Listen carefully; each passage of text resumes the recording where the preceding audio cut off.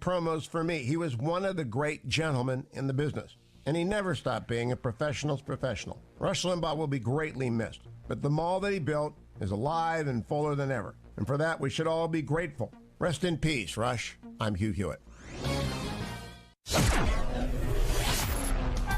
7:37 in our Team Hochberg Traffic Center. Here is Jim Talamonte. 8094 eastbound traffic is stop and go from Burnham Avenue in Lansing to Calumet Avenue in Munster. There's a crash there. You're just looking at a fairly brief slowdown at the moment. Inbound Kennedy traffic is heavy Ohio into the Burns Circle. It's now 27 minutes from O'Hare to downtown, quicker in the express. The outbound trip time is 24 minutes downtown to the airport.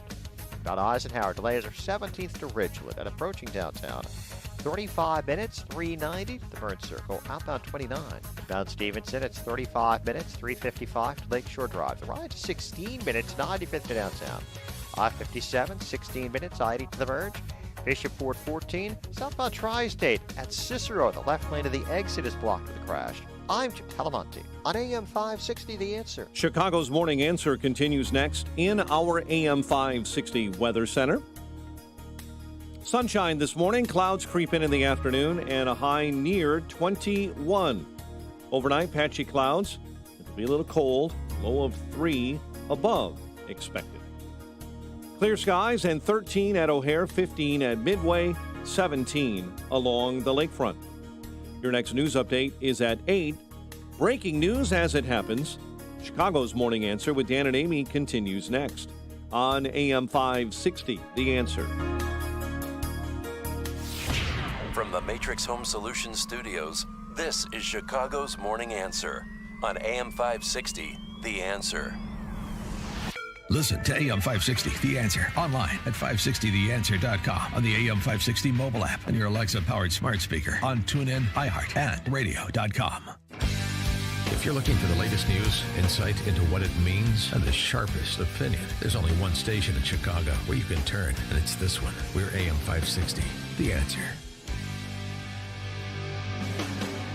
Good Friday morning. The sun is shining. That's good. Maybe they'll melt some of that snow. Amy Jacobson here. Jim Urio in for Dan Proft today. Thanks for coming in. Thank you for having me. Thank you for pronouncing my name correctly. So many don't, but I know you took the time there and you nailed it. I know.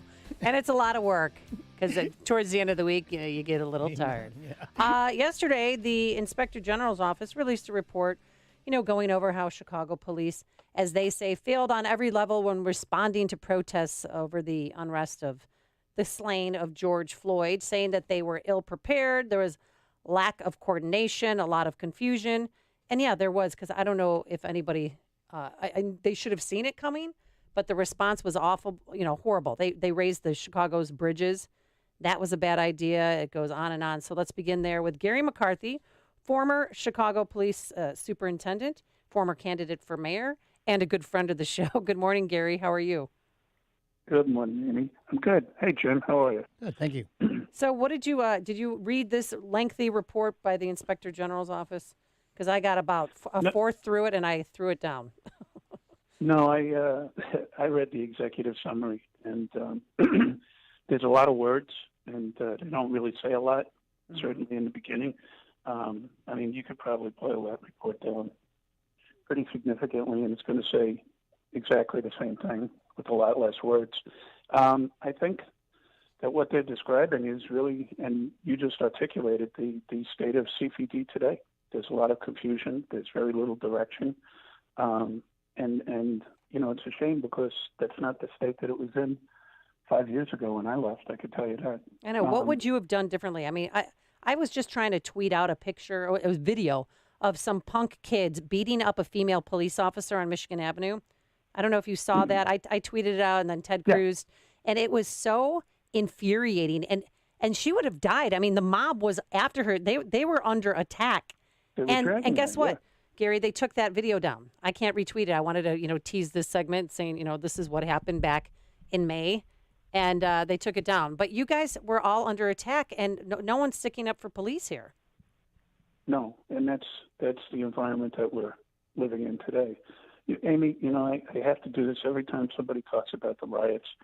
We have to harken back to the 2012 NATO summit, where, we had a plan, we trained for it, we equipped our officers properly, and we gridded out the city, and we deployed our resources across the city. We didn't give up the neighborhoods in the name of saving the downtown. And, the thing that can't be overlooked is the turnover at the top of CPD based upon the politics of Chicago. And when I thought about it, the individuals who were in leadership positions back in 2012 who helped create and execute that plan, which went swimmingly. We created a gold standard for crowd control in the country. None of them are there. There was one guy, a guy named Steve Georges, who has since retired, who was banished off the bogey land, if you will. He was really one of the key components in making that thing happen. And he was assigned to McCormick Place, like I said, in a political bogey land. Everybody else was gone. So none of the leadership of the department was there when we did it. I mean, they were on the job, and we did an in-depth critique of that event, and it's on the shelf on 35th Street. And all I had to do is dust it off and execute that plan, and these things would not have happened. Gary, but nobody did that. Gary, when looking at it from the outside, it seemed to me that the mayor's office and the top brass above the police department, they actually welcomed it, not just in Chicago, but across the country. They thought this was some great, wonderful movement where everybody looking at it could say, no, this is going to erupt into violence and looting because it has every other time. And it almost seemed like it was welcome. There was videos of Mayor Lightfoot handing out water to the protesters, soon to be rioters. I don't think the police did that much wrong. Where's the blame belong? Well, it really, Jim, it goes across the board, and the politics of this thing are disgusting in my book. If I'm not mistaken, Mayor Lightfoot, after the event at the Columbus statue in Grant Park, talked about that being a peaceful protest. I know. Well, explain that to the officer who lost a vision in his eye. I know, it's called vandalism. It's not peaceful, yeah. No, they were a police officer lost his vision. Geez, yeah, 82 police officers were injured. Again, watching that video, I was sick. I'm like, my God, they're at war. They had like foaming at the mouth trying to kill these police officers, and nobody was there. How would you have handled that situation on that day in July? Well, but again, Amy, you handle it before it happens. One of the things that we did really properly, something that we created at NATO, was we actually scooped the agitators out of the crowd. And I got to say this, there was a different couple of groups of people who were here during those riots. There were people who were genuinely concerned about disenfranchised communities and police-community relations. They're genuinely concerned. There were people who were here in other vogues, but there was also a group of people who were here absolutely organized to incite the crowd. They had like 3 or 4 different components, and I don't know if it was Antifa, that's what people say, but were better organized than we were, let's put it that way. They had one person who was inciting the crowd. They had another person who was abusing the police verbally and getting in their faces. They had somebody else who was breaking windows with a hammer, and they had somebody else who was doing graffiti at the same time. And that's why this happened so quickly. But the problem is we didn't react to it. I'm told that the mayor's office, and I'm going to say mayor's office because God only knows who in that office was doing it, if it was done, did not allow the police to put on their riot gear. Now, the press calls helmets and batons riot gear, which it's not. Every police officer in the country has a helmet and a baton. But at the same time, I'm talking about the individuals who are trained in groups, these response teams, to dress in the turtle suits, as we called them, with the chest protectors, the knee guards, the elbow pads, and so on and so forth. They would go into a crowd and extract, if you will, the agitators before the crowd could even react to it, and everything would come right back down. And that's not a particularly complicated process, identifying the agitators, right? You guys could do that in your sleep. I'm sorry for interrupting, but they were putting on, in this video, you can see them, they're putting on these black jumpsuits.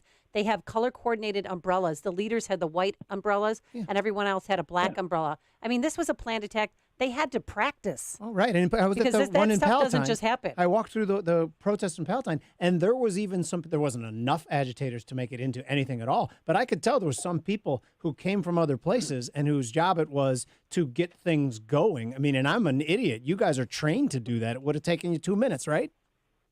Yeah, absolutely. And you make a good point that they come from the outside.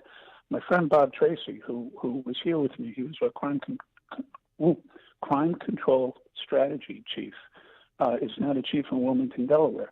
And during these riots in Delaware, he was locking up people from Oregon. Yeah. Now just think about that for a second. If you live in Oregon and you want to go protest something about George Floyd, you're going to go to Los Angeles, you're going to go to Seattle, you're going to go to Portland, but they came here, or there, I should say. So it's really obvious, like you said, they were better organized than we were. And that covers the gamut of the department.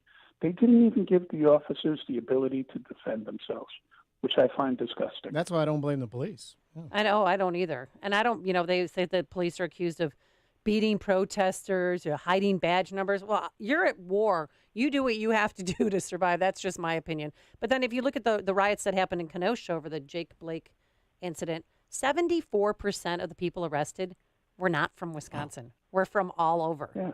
So this is an organized group that is being paid by someone, and I would love to find out who the someone is, for transportation and No, that we're just conspiracy items. theorists, tinfoil hat wearing conspiracy theorists. Right. I mean, that's what they tell us all the time. I think these people who are, they're the other side of that is just ridiculous. If you think everything is not a coincidence, I think you're out of your mind. And so now this new thing is popping up, Operation Safe Pump. Listen to this, Jim. District TAC teams, community engagements can bring some security to motorists during this crisis of carjackings by simply pumping gas for seniors. So they want tactical officers to pump gas for seniors. Each district should assign 2 TAC cars to a gas station for 30 minutes to 1 hour and pump gas for senior citizens. And we're paying for this, right? Yeah, but I mean, did any police officer sign up for that, Mr. McCarthy, Oh. to pump gas? Well, no, I don't think so. And I want you to realize, of course, that the tactical teams are the individuals who go out and catch violent offenders. That's like the special forces, if you will, of the police. And what we're doing is we're taking the best that we have, because that's who they're supposed to be, and really hamstringing them and having them doing something that I think is pathetic. The way that you stop a carjacking crisis is you lock up the carjackers. And the way that you do that is you look at the patterns and the trends. There's going to be times and places where it happens more often. There's going to be people who you start arresting and you start seeing patterns of who they are. The cars are going to be recovered somewhere. So if they get taken somewhere like in Boys Town and they end up, oh, wait, it's not called Boys Town anymore. No, it's I'm called sorry. Halstead Business District. Yeah. They voted on that. But if a car gets taken on the north side and ends up on the west side or the south side, then you can figure out, then you're looking at a geographical pattern. You're looking at the times and the places and the types of cars that are being taken. You deploy your resources to those places and times, and you lock them up. It's a misdemeanor. Yeah. And a lot of these are high school students who should be in school. Amen. Carjackings are up 283% from last year. And one kid, he was 15 and 16, this trio that worked together, they carjacked 9 people in 2 days. Yeah. Well, you know what, Amy? I mean, we could go on and on, but we're forgetting about the murder rate. Oh, yeah. The murder rate has almost doubled since the time that I was superintendent. I mean, so, hey, listen, Chicago, congratulations. This is what we want because this is what we decided. Well, elections have and consequences. If you keep doing what you always did, then you'll always get what you always got. Yeah, that's true. Here we are. Sure, Mayor. I mean, I'll never forget the 2012 NATO summit. You were out there on the front lines. You were with your team. And David, or Superintendent Brown, during the riots in May and in July, he was at some undisclosed location watching from afar. People like to that their leaders are out there with them, working with them. No doubt about it. Particularly with Garry McCarthy. I was even willing. Is he still here? Pardon? Is he still here, David? Is David still here? I'm not sure. I haven't seen him. Have you? No, I haven't seen him in a long time. But So you were Sorry, able to Jim. win me over even with that non-Chicago Boston accent, and that's a feat. You did that. So- Jim, you just lost me because I'm from the Bronx. oh my Hey, gosh, I'm we so sorry. I'll hate win you back. Boston. That's the Yankees. That's the Yankees Red Sox. I mean, Yes, I don't it even is. like Now that I teams. hear it, I'm sorry. I just knew. I mean, there's only two accents that I know of: North Side and South Side Chicago. and I say the jewels. Well, All right.